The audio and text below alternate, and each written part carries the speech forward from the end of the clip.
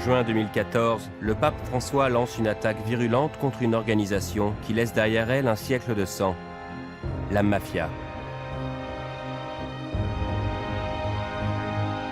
Non sono in comunione con Dio, sono scomunicati. L'excommunication de tous les mafieux secoue l'Italie tout entière. La dernière fois qu'un pape s'en est pris à la mafia, des bombes ont explosé devant les églises. Les mafieux sont profondément religieux. Mais dans ce film, nous montrerons qu'ils témoignent d'un cynisme profond en se servant de la religion pour justifier leur pouvoir. Ils s'en sortent impunément, grâce au mariage de raison et de convenance politique qui a uni étroitement la mafia et l'Église pendant des décennies. Les conséquences de ce mariage contre nature? Les mafieux ont pris le contrôle de certaines manifestations religieuses. Des membres du clergé ont été de mèche avec des hommes d'honneur. La Banque du Vatican a blanchi l'argent de la mafia et des prêtres ont été assassinés pour avoir pris position contre les patrons du crime organisé. Maintenant, un divorce dramatique a commencé. Mais comme nous le verrons encore aujourd'hui, certains hommes d'église préfèrent pacifier les boss plutôt que de s'opposer à eux.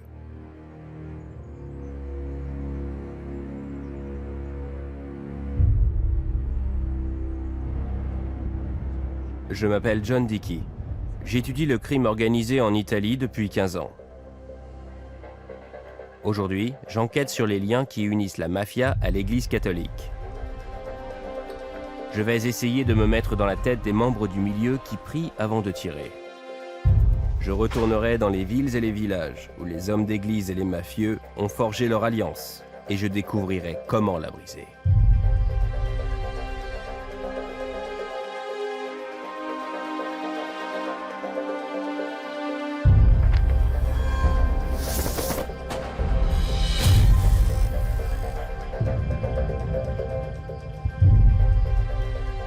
Mon voyage jusqu'à la ligne de front du combat du pape avec la mafia commence au sud de l'Italie.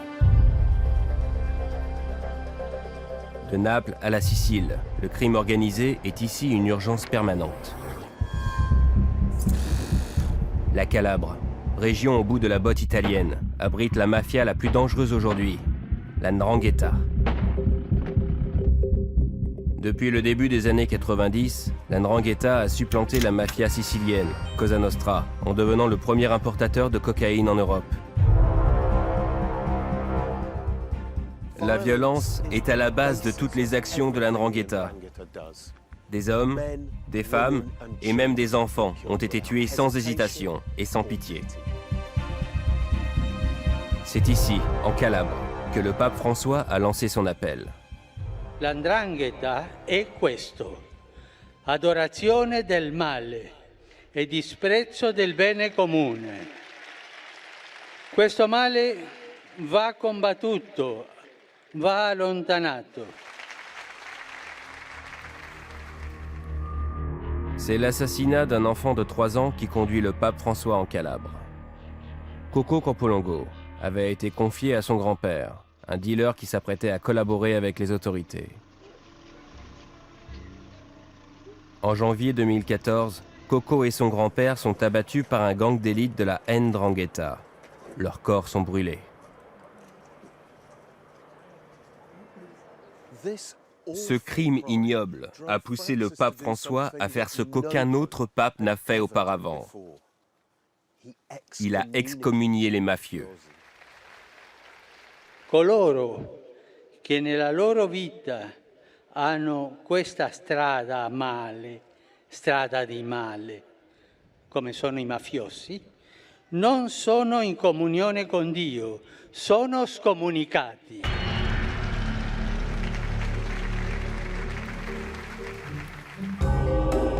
L'excommunication est un très vieil outil utilisé par le pape et ses évêques pour censurer ceux qui ont commis de graves crimes contre la foi et la vie. Ceux qui essaient de tuer le pape ou de briser le secret de la confession sont excommuniés. Martin Luther et Galilée l'ont été pour hérésie. Plus récemment, les médecins pratiquant l'avortement ont été stigmatisés de la même façon. Les ennemis politiques de la papauté ont aussi été visés. Napoléon et les communistes, par exemple, ainsi que tout Venise au Moyen-Âge. Quand vous êtes excommunié, vous n'avez pas le droit de recevoir la communion. On peut vous refuser le sacrement du mariage et l'enterrement religieux.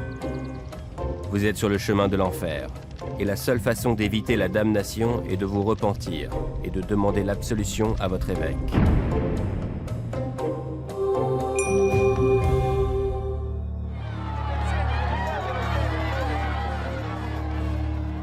Giacomo Galeazzi est ce qu'on appelle en Italie un vaticaniste, un expert du Vatican. Il était présent lors de l'homélie du pape François. C'était au dernier moment, alors qu'il était en route pour aller faire la messe, que le pape a décidé d'ajouter à la main l'excommunication des mafieux à son discours.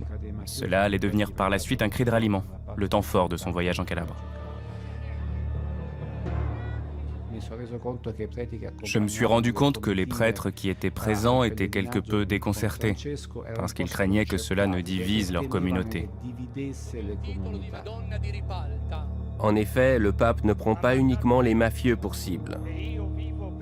Cette attaque puissante contre les clans de la mafia était un message dirigé contre le monde extérieur au-delà de l'Église. Mais il visait aussi l'intérieur. À partir de maintenant, aucun prêtre, aucun évêque ne peut dire « je ne savais pas ». Les hommes d'Église ne pourront plus se cacher dans une zone d'ombre où ils peuvent fermer les yeux sur la provenance de l'argent de la quête. C'est le genre de choses qui se passent dans de nombreuses régions du sud du monde entier. Pas seulement dans le sud de l'Italie, mais aussi dans l'Amérique du Sud des trafiquants de drogue, par exemple.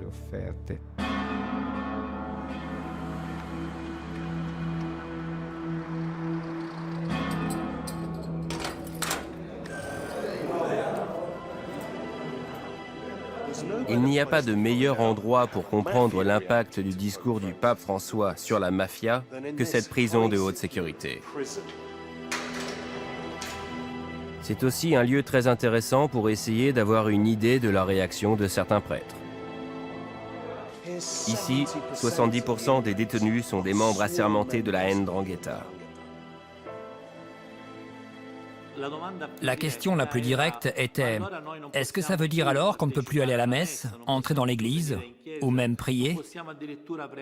Parce que si on a été excommunié, on ne peut plus se tourner vers le Seigneur. » Je sais que l'excommunication du pape a causé une réaction très forte dans d'autres prisons. Par exemple, ne pas aller à la messe le dimanche suivant ou refuser de participer aux événements organisés par chaque aumônier dans sa prison. Refusez-vous les sacrements de l'Église aux membres de la 'Ndrangheta? Je ne peux pas excommunier un membre de la 'Ndrangheta. La tâche d'un prêtre et de l'Église en prison n'est pas de juger les détenus, mais de servir de guide dans la vie de ceux qui ont été reconnus comme étant membres de la 'Ndrangheta.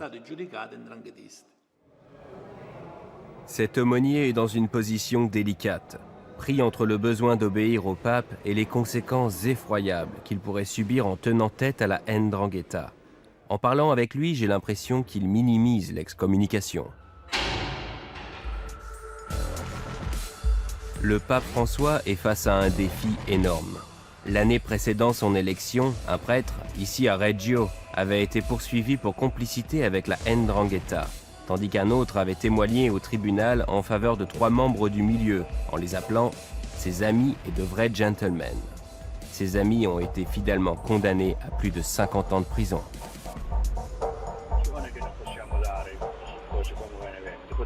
Des caméras de surveillance de la police ont même filmé une rencontre entre des patrons de la 'Ndrangheta qui s'est déroulée pendant un pèlerinage au sanctuaire de montagne de Polsi, consacré à la Vierge Marie.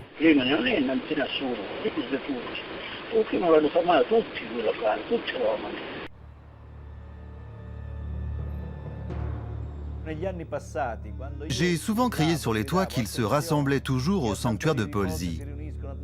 Chaque année, la 'Ndrangheta tient une réunion à Polsi pendant la première semaine de septembre. Un sommet pendant lequel ils demandent à Notre-Dame de Polsi de les protéger. Mais quand je l'ai dit, les évêques ont rétorqué que j'étais obnubilé, que ces rites n'existaient plus et que ce n'était pas vrai. Nous avons réussi à prouver que cette réunion se déroulait vraiment.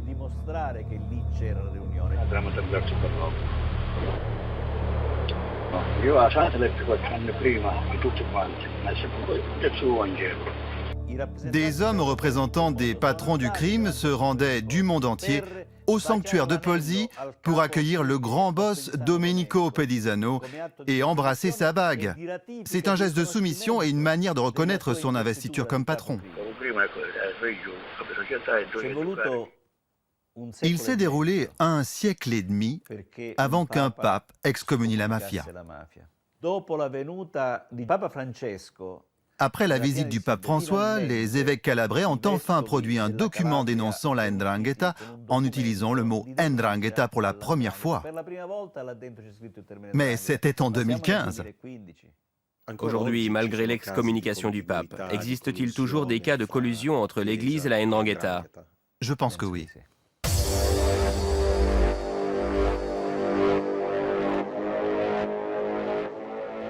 À mon avis, les racines de cette collusion se trouvent en Sicile. C'est le berceau de Cosa Nostra, par tradition la plus puissante des mafias italiennes. Depuis plus de 150 ans, la mafia sicilienne est un des acteurs principaux dans l'extorsion de fonds ou encore le trafic d'héroïne vers les États-Unis. Son pouvoir repose sur le meurtre en toute impunité. Me voilà replongé dans la période la plus violente de Cosa Nostra, les années 80.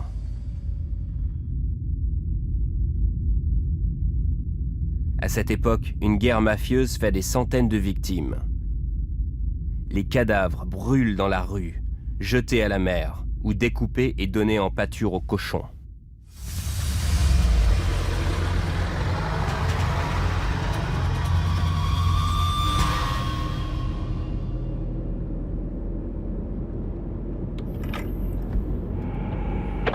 Ricordo il deposito del ferro a Bagheria.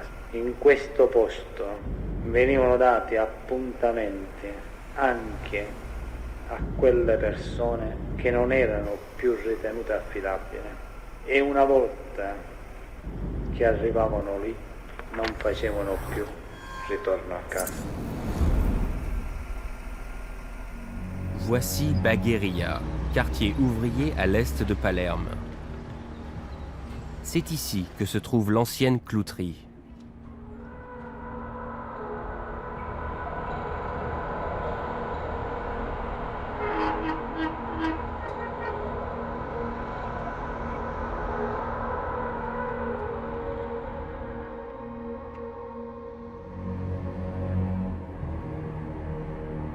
J'ai entendu parler de cet endroit, mais je ne suis jamais venu. C'est peut-être ce que j'ai lu, ou l'odeur des déchets en train de brûler dans la cour. Mais j'ai vraiment la nausée. C'est ici que Cosa Nostra faisait disparaître ses problèmes.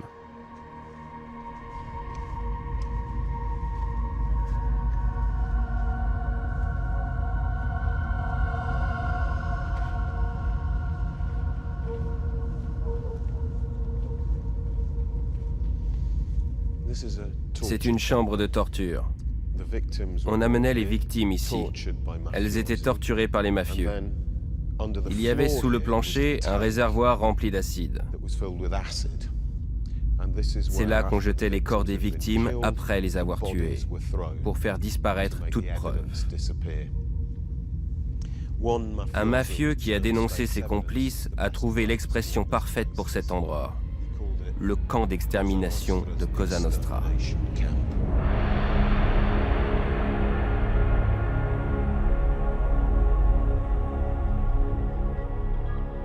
Personne ne sait combien de personnes sont mortes ici. Les murs ne parlent pas. Mais au milieu de l'horreur, l'omerta, la loi du silence, se fissure. Et les hommes qui ont commis de telles atrocités parlent pour la première fois du rôle tordu, mais essentiel de la religion dans leur vie. Tutti gli uomini d'onore pensiamo tutti di essere un po' cattolici.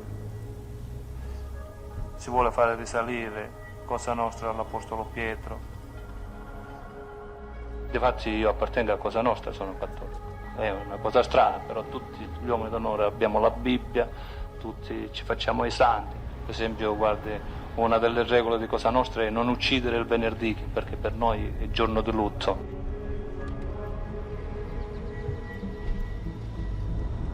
Un homme en particulier était autant dévoué à sa Bible qu'à son pistolet. Pietro Alieri commet son premier meurtre en 1983 alors qu'il a tout juste 24 ans. Lorsqu'il est enfin arrêté, à quelques kilomètres d'ici, il est devenu l'une des personnalités les plus riches et les plus puissantes de Cosa Nostra.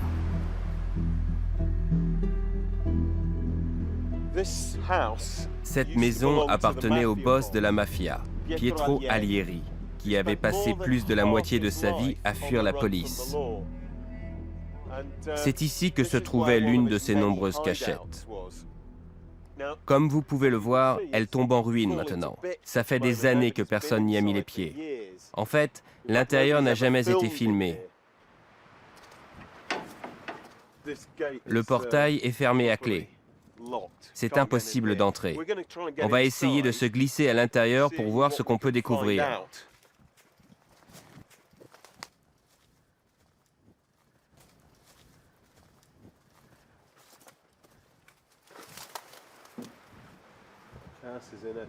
La maison est dans un état lamentable.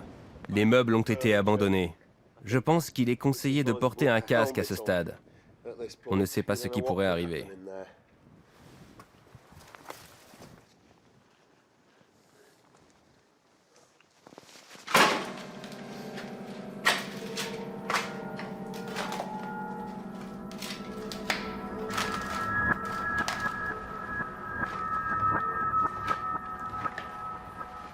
Tout ce désordre et ces crottes de rats donnent à penser que cet endroit a été abandonné précipitamment.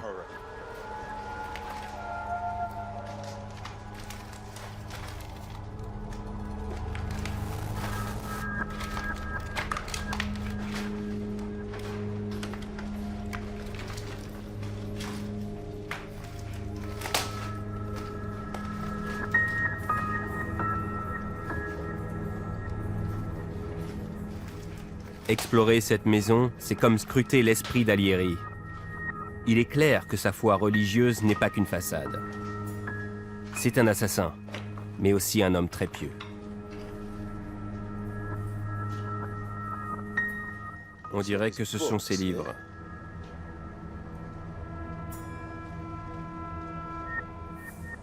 Un livre écrit par un prêtre, le serviteur de la charité.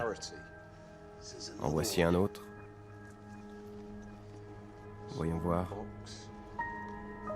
Il est dans une boîte. Un livre de liturgie, de prière. Une prière à Saint Joseph sert de marque-page. Je pense que c'est le genre de livre qui appartiendrait plutôt à un prêtre. Alieri fait ses études au séminaire. Il est évident que pour lui, une vie en cavale ne signifie pas une vie sans foi. Je pense que c'est la chambre. Regardez ici. L'enfant Jésus est dans un panier. C'est le genre de choses qu'on utiliserait dans une sorte de scène de la nativité. Mais on dirait qu'il voulait ça près de lui, toute l'année. Il y a autre chose là-bas.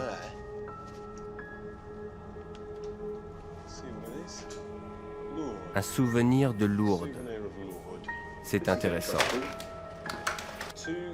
Deux Christs identiques.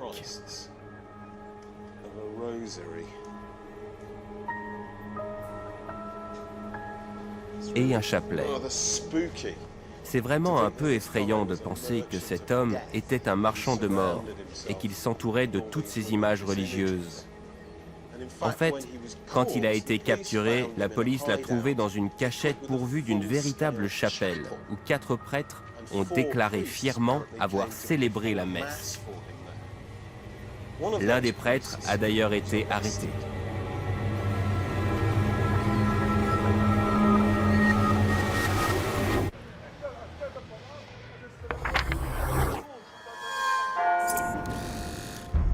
Cosa Nostra entre dans la vie du père Mario Fritita, quand un membre du gang d'Alieri frappe à la porte de son église près des docks de Palerme.